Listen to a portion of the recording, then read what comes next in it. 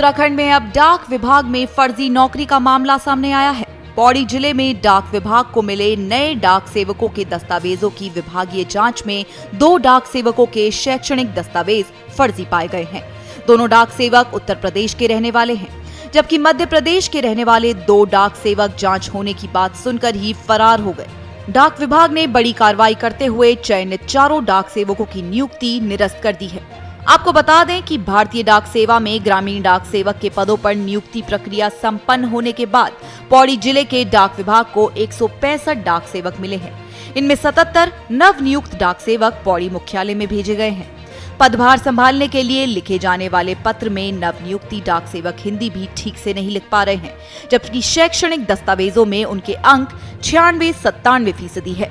डाक अधीक्षक के मुताबिक अब तक 77 डाक सेवकों के प्रमाण पत्र की जांच प्रक्रिया चल रही है। पश्चिम बंगाल से उत्तराखंड में बड़े पैमाने पर नकली नोट की सप्लाई का मामला सामने आया है। नैनीताल पुलिस ने पूरे मामले में खुलासा करते हुए 7 आरोपियों को गिरफ्तार किया है, जिनके पास से 3,70,000 रुपए के नकली नोट बरामद हुए हैं। नैनीताल के एसएसपी प्रहलाद नारायण मीणा के मुताबिक बीते 9 अक्टूबर को लाल कुआं निवासी शुभम वर्मा नाम के एक सुनार को गिरफ्तार किया गया था, जिसके पास से 9,000 रुपए के नकली नोट बरामद किए गए थे। मुख्य आरोपी शुभम वर्मा से पूछताछ की गई तो कई खुलासे हुए। पूछताछ में पता चला कि नकली नोट के कारोबार में कई लोग शामिल हैं, जिसके बाद पुलिस ने अलग अलग लोगों से पूछताछ कर 7 आरोपियों को गिरफ्तार किया। जांच पड़ताल में पता चला है कि नकली नोटों का कारोबार करने वाले मुख्य आरोपी शुभम वर्मा के खाते से भारी मात्रा में पैसों का लेन देन हुआ है।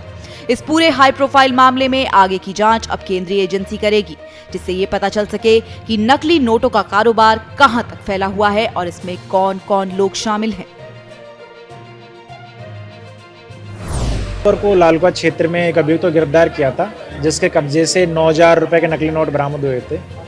उसके बाद इस मामले के गिरोह से जुड़े हुए अन्य लोगों की जानकारी पता करने के लिए और बाकी जो इस गिरोह में जुड़े हुए लोग हैं उनकी गिरफ्तारी के लिए एसपीसीटी, सीओसीटी, थाना लालकुआं और एसओजी की एक टीम गठित की और इन टीमों ने अलग अलग जगह दबिशें दी और अलग अलग लोगों से पूछताछ की। इस सारे प्रकरण में शिवम वर्मा को मिला के हमने अन्य 6 लोगों को भी गिरफ्तार किया है और इन सब अभियुक्तों के कब्जे से अब तक हमने 3,07,000 रुपये जो हैं वो उनके नकली नोट बरामद किए हैं।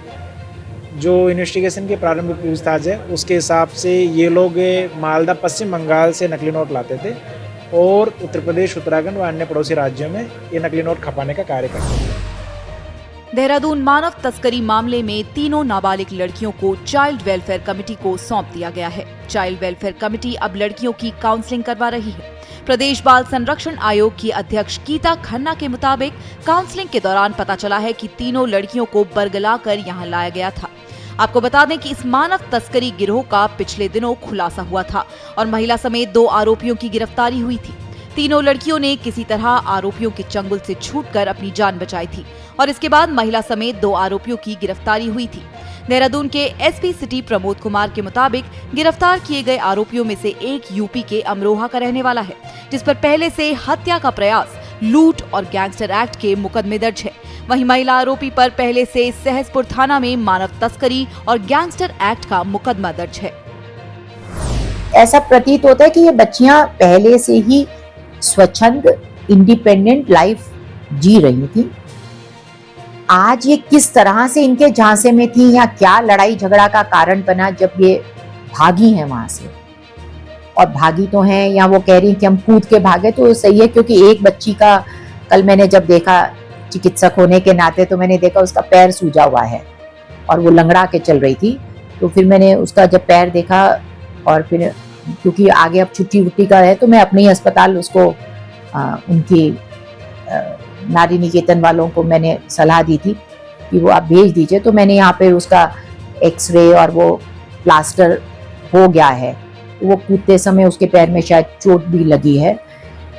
लेकिन पूरी बात अगर हम कहें कि हम उस तह तक पहुंच गए हैं कि किन परिस्थितियों में बच्चियां यहाँ पहुंची और उनका स्वेच्छा या अनिच्छा का क्या रेशो है यहाँ तक आने में, वो अभी पूरी तरह से हमें स्पष्ट नहीं है।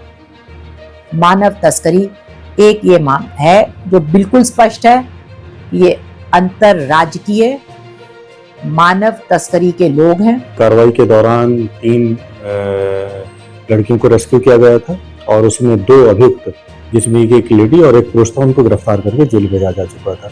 उसमें आगे हमारी छानबीन लगातार जारी है उसमें, और उसमें अभी जो 2-3 लोगों के कुछ युवतियां हैं और 1-2 युवक और हैं जिनके अभी नाम या पता ठिकाने के बारे में भी जानकारी की जा रही है, और जैसे ही जानकारी पुख्ता हो जाएगी तो उनको भी नाम पता करके उनके विरुद्ध वैधानिक कार्रवाई की जाएगी।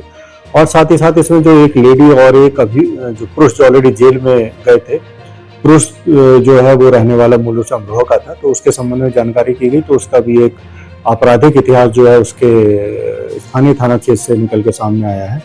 उसके विरुद्ध जो है हत्या के प्रयास हैं, लूट है, आर्म्स एक्ट के मुकदमे, गैंगस्टर का मुकदमा वो कायम है। और जो लेडी जो कि इसमें जेल गई थी, जो दूसरी अभियुक्ता थी, उसके विरुद्ध भी थाना सहसपुर पर पूर्व में मानव तस्करी का अपराध वो पंजीकृत है, और उसके विरुद्ध भी एक गैंगस्टर का अभियोग वो भी पंजीकृत पाया गया है। पौड़ी में 6 साल की बच्ची के साथ छेड़छाड़ का मामला सामने आया है। बच्ची को टॉयलेट में बंद करके उसके साथ छेड़खानी की गई। पीड़ित बच्ची के पिता की तहरीर पर पुलिस ने पॉक्सो की धाराओं में मुकदमा दर्ज करने के साथ ही आरोपी युवक को गिरफ्तार कर लिया है। पीड़ित बच्ची के परिवार के मुताबिक घटना 12 अक्टूबर की है। उनकी बच्ची बाहर खेल रही थी। बच्ची के पिता का व्यापारिक प्रतिष्ठान भी पास ही था। इस दौरान बच्ची को युवक ने बहलाया फुसलाया और अपने साथ धार्मिक स्थल के पास बने शौचालय में ले गया, जहां उसने शौचालय के अंदर से कुंडी लगा दी। बच्ची ने शोर मचाना शुरू किया तो आसपास के लोग वहां पहुंचे और दरवाजा तोड़कर आरोपी युवक को पकड़ लिया। किसी लड़की के साथ में किसी लड़के द्वारा छेड़खानी की गई है। मामला संज्ञान में आने के बाद जो है क्षेत्रीय राजस्व निरीक्षक द्वारा जो है मामला पंजीकृत कर दिया गया है और जारी है। इस संबंध में जो है राजस्व निरीक्षक द्वारा जो है कि श्रीमान जिलाधिकारी महोदय को भी मामले को पुलिस को ट्रांसफर करने के लिए पत्र लिखा गया है। सर, आरोपी के संबंध में क्या कुछ कार्रवाई की जा रही है? आरोपी जो है कि दिनांक जो है 13 तारीख की शाम 8:30 के लगभग जो है मुखबिर खाते से दी गई थी। प्राप्त जगह पे आरोपी घूम रहा है। आरोपी को हिरासत में लेकर लिया गया है और आरोपी को जो है कल ही जो है मान्य जिला जज के महोदय के यहाँ पेश किया गया है। अल्मोड़ा हल्द्वानी हाईवे पर क्वारब पुल के पास एक कैंटर मलबे में फंस गया, जिससे वाहनों की आवाजाही ठप हो गई। पहाड़ी रास्ते के दोनों तरफ गाड़ियों के कई किलोमीटर लंबी कतार लगी रही। पहाड़ी से गिरे मलबे की वजह से कैंटर का पहिया फंस गया और वो नीचे नदी की तरफ लटक गया। प्रशासन की टीम ने बाद में किसी तरह से मलबे में फंसे कैंटर को निकाला और तब जाकर वाहनों की आवाजाही शुरू हो सकी। त्योहारी सीजन को देखते हुए एसएसपी देहरादून अजय सिंह ने पलटन बाजार का पैदल दौरा किया। एसएसपी ने पलटन बाजार में पुलिस की ओर से की गई व्यवस्थाओं का जायजा लिया। मुख्य बाजार और फुटपाथों पर अस्थायी अतिक्रमण करने वालों के खिलाफ कार्रवाई के भी निर्देश दिए। मसूरी में अखिल भारतीय अनुसूचित जाति युवजन समाज के कार्यकर्ताओं ने सुप्रीम कोर्ट के फैसले को उत्तराखंड में लागू करने की मांग की है। अनुसूचित जाति युवजन समाज की ओर से राष्ट्रपति को भेजने के लिए एसडीएम मसूरी को ज्ञापन सौंपा गया है। इन कार्यकर्ताओं का कहना है कि सुप्रीम कोर्ट द्वारा 1 अगस्त 2024 को अनुसूचित जातियों के पक्ष में दिए गए उप वर्गीकरण के फैसले को जल्द उत्तराखंड में लागू किया जाए। अखिल भारतीय अनुसूचित जाति युवजन समाज के कार्यकर्ताओं ने मसूरी के गांधी चौक से लेकर अंबेडकर चौक तक पदयात्रा भी निकाली और फैसले के लिए सुप्रीम कोर्ट का आभार जताया। उत्तरकाशी जिले का दिल कहा जाने वाला आजाद मैदान बदहाली से जूझ रहा है। इस मैदान को रामलीला मैदान के रूप में भी जाना जाता है। 23 साल पहले वरुणावत पर्वत से हुए भूस्खलन के बाद इस मैदान की तकदीर कभी नहीं बदल सकी। पहले ठेकेदारों ने इसका इस्तेमाल मलबा डंपिंग ग्राउंड के तौर पर किया।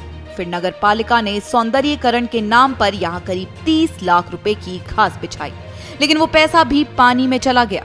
फिलहाल उत्तरकाशी के इस आजाद मैदान का इस्तेमाल 4 धाम यात्रा से जुड़ी पार्किंग के लिए हो रहा है।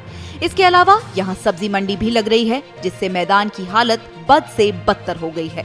हालांकि गंगोत्री के बीजेपी विधायक सुरेश चौहान दावा कर रहे हैं कि सीएम धामी से मैदान की बदहाली दूर करने के लिए बजट मिला है, जिससे आने वाले वक्त में मैदान की सूरत बदल जाएगी। उत्तराखंड में हो रही है पहली बार हेल्थ प्रीमियर क्रिकेट लीग। 14 अक्टूबर से शुरू हुई इस लीग में 8 सरकारी विभागों की टीमें हिस्सा ले रही हैं, जिन्हें अलग अलग 8 थीमें दी गई है। टीमों को जो थीम दी गई है, ये सभी टीमें उसकी ब्रांड एम्बेसडर होंगी और इसका प्रचार भी करेंगी। हेल्थ प्रीमियर क्रिकेट लीग का आयोजन राष्ट्रीय स्वास्थ्य मिशन की ओर से किया गया है। इसके जरिए उत्तराखंड की जनता को स्वास्थ्य के प्रति जागरूक रहने का संदेश दिया जा रहा है। इस हेल्थ प्रीमियर लीग का फाइनल मैच 20 अक्टूबर को होगा। हरिद्वार के बहादुराबाद इलाके में पतंजलि योग पीठ के बाहर एक पति ने अपनी पत्नी और उसके कथित प्रेमी की लात घूंसों से पिटाई कर दी। दरअसल युवक ने अपनी पत्नी को उसके प्रेमी के साथ रंगे हाथ पकड़ लिया था, जिसके बाद उसका गुस्सा भड़क गया। युवक जब पत्नी और उसके प्रेमी को बीच सड़क पर पीट रहा था तो पत्नी ने प्रेमी का साथ दिया। दोनों ने एक दूसरे का बचाव किया और फिर दोनों बाइक पर बैठकर भाग निकले। घटना का वीडियो सोशल मीडिया पर वायरल हो रहा है और इस घटना की पूरे हरिद्वार में चर्चा हो रही है।